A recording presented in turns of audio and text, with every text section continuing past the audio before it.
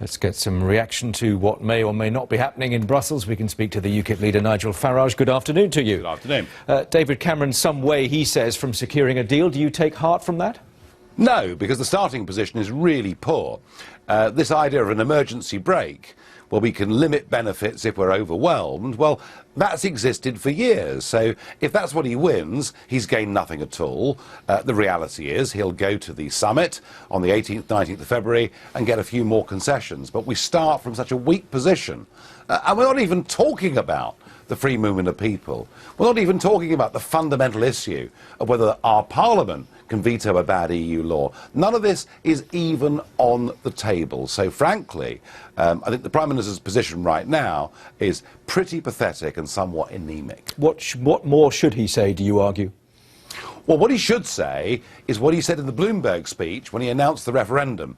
Then he was talking about a fundamental change of Britain's relationship with the European Union.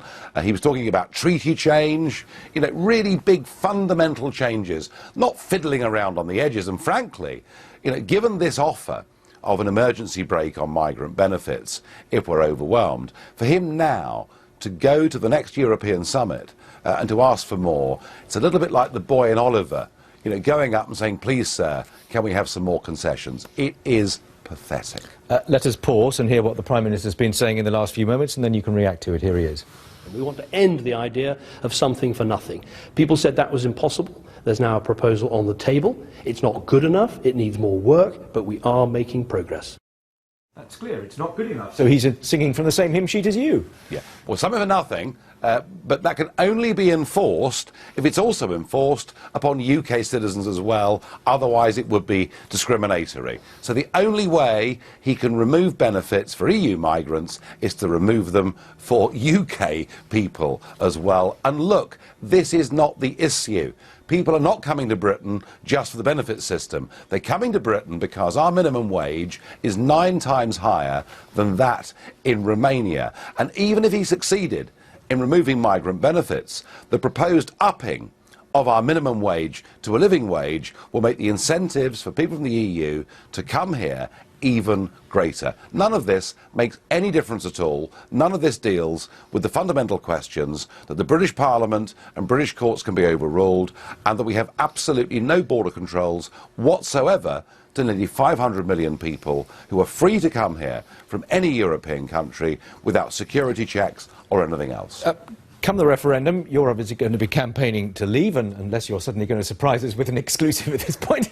But given that assumption, where are we with the various different groups here and the one that ultimately the Electoral Commission will have to back? Because it looks potentially confusing, doesn't it? Well, fun enough, both sides are the same, because the Remain side have BSE, run by Lord Rose. We have the Labour group, run, of course, by Alan Johnson. We have the SNP, who won't work with anybody, led by Nicola Sturgeon. And so the mirror image is, of course, the Leave side, where there are various competing groups, looking and bidding to be the official group. Well, why can't you sort yourselves out? However, last Saturday, there was a marked departure from that.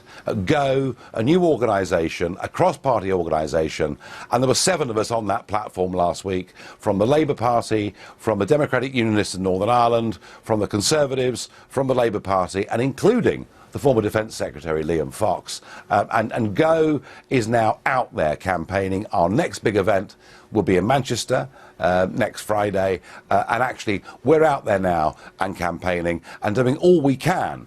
Go are doing all we can to bring the other groups together, and I think we're getting very close to that.